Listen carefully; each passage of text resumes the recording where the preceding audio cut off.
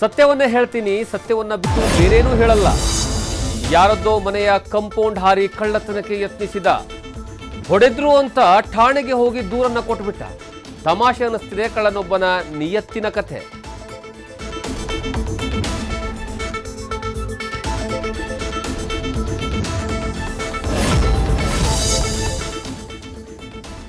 ಜೈಲಿನಿಂದ ಹೊರ ಬರ್ತಾ ಇದ್ದಂತೆ ಮತ್ತೆ ಬಾಲ ಬಿಚ್ಚಿದ ಖತರ್ನಾಕ್ ವಂಚಕ.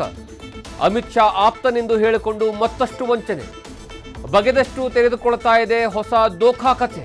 ದಾಖಲಾಯಿತು ಮತ್ತೊಂದು ಎಫ್ಐಆರ್.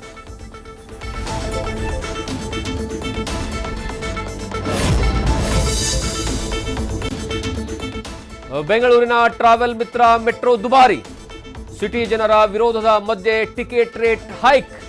5% ದರ ಹೆಚ್ಚಳ, ಪ್ರಯಾಣಿಕರ ಆಕ್ರೋಶ.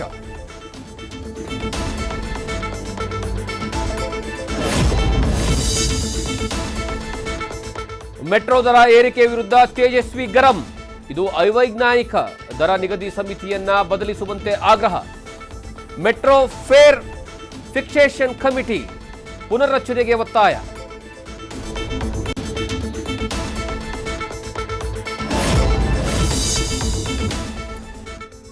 ವಿಕ್ಟೋರಿಯಾ ಆಸ್ಪತ್ರೆಯಲ್ಲಿ ಯುಪಿಐ ಸ್ಕ್ಯಾಮ್.